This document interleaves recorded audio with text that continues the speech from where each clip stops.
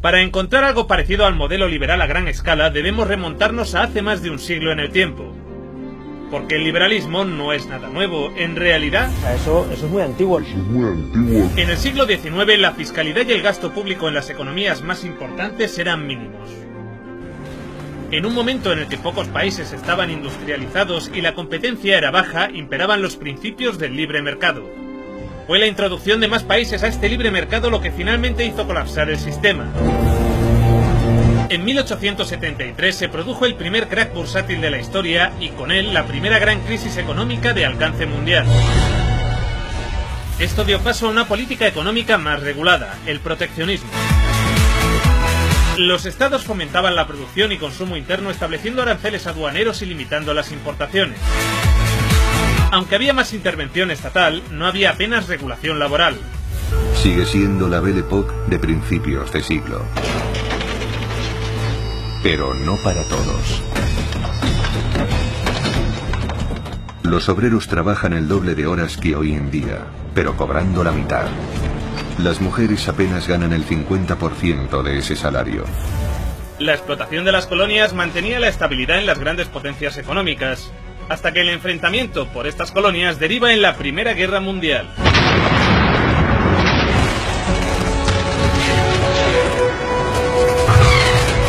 Tras esta, Estados Unidos queda en una situación privilegiada para el comercio frente al resto del mundo.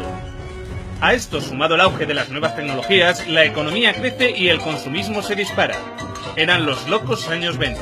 A mediados de los años 20, aproximadamente 3 millones de estadounidenses poseían acciones, y Wall Street cautivaba la imaginación del público. En este entorno de especulación descontrolada, coincidiendo con un aumento en la desigualdad, la burbuja finalmente estalla.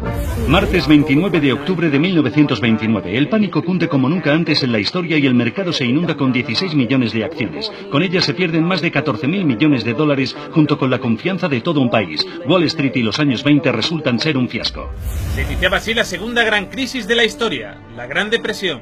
Durante la burbuja, los mercados operan libremente.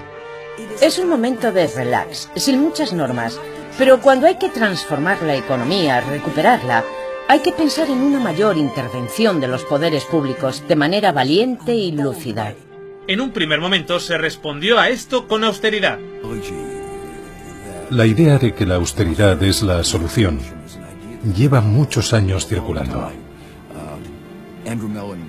Andrew Mellon era el secretario del Tesoro del gobierno de Herbert Hoover en la época de la Gran Depresión. El mercado de valores cayó, los ingresos cayeron en picado, aumentó el déficit y ellos recurrieron a la austeridad, con lo que convirtieron el crack bursátil en la Gran Depresión. Al final la crisis se resolvió haciendo todo lo contrario de lo que defiende el liberalismo. Más impuestos, más gasto público y más regulación estatal. Se establecían así las bases de la socialdemocracia occidental con un proyecto denominado el New Deal. Tiene que haber una supervisión estricta de toda la actividad bancaria, el crédito y la inversión. Ha de ponerse fin a la especulación con dinero ajeno. El New Deal se asocia a dos elementos fundamentales. En primer lugar, cuando el mercado no puede generar puestos de trabajo por sí solo, tienen que hacerlo las autoridades. Así que lo que hicieron fue lanzar grandes obras públicas como carreteras y se creó empleo para miles de personas.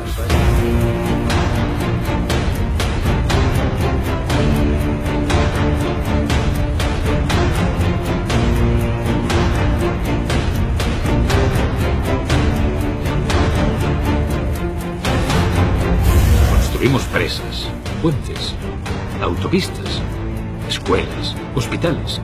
Incluso enviamos a un hombre a la luna. Este modelo, promovido por el economista John Maynard Keynes, se trasladó también a Europa tras la Segunda Guerra Mundial con el impulso del Plan Marshall. Todo Occidente construyó entonces lo que se dio a conocer como el Estado de Bienestar. En Norteamérica nació la Seguridad Social. Hubo una gran inversión pública. Se usaron todo tipo de fondos públicos para las artes, la vivienda.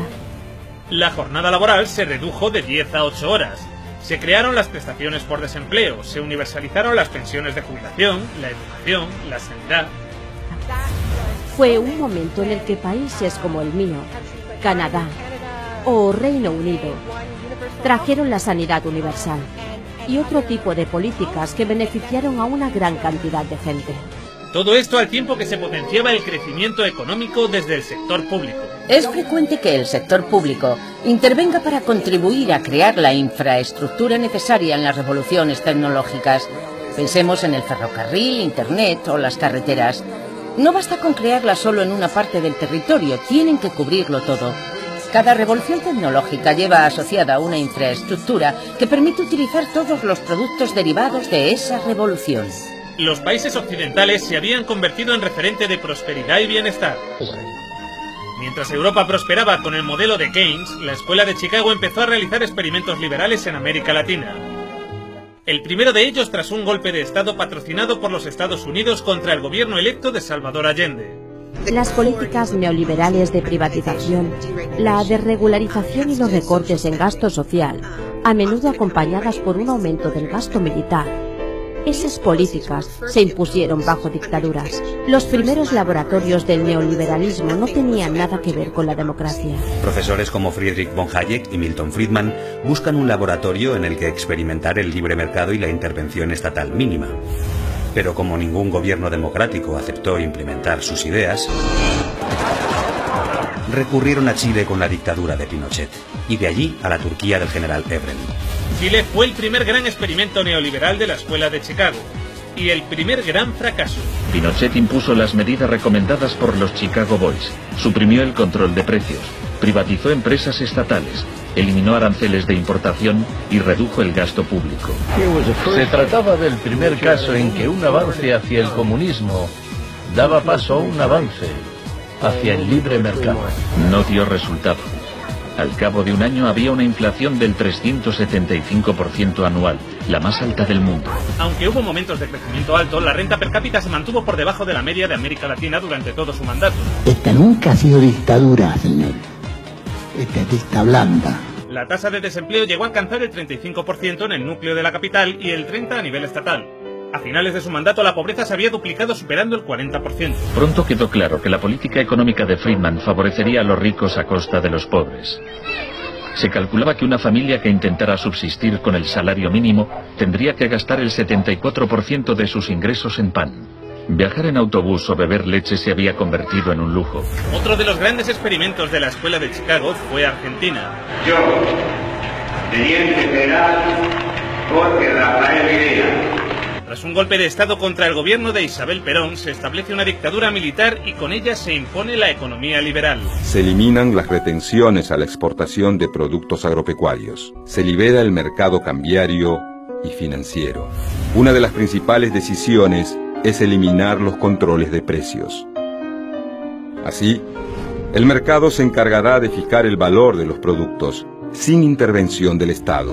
Un año después del golpe, los sueldos habían perdido el 40% de su valor, se cerraban fábricas y la pobreza se disparó. Como en Chile, hubo que aterrorizar al pueblo para que aceptara estas medidas económicas. La tesis de la doctrina del shock es que nos han contado un cuento sobre cómo estas medidas radicales han triunfado en el mundo.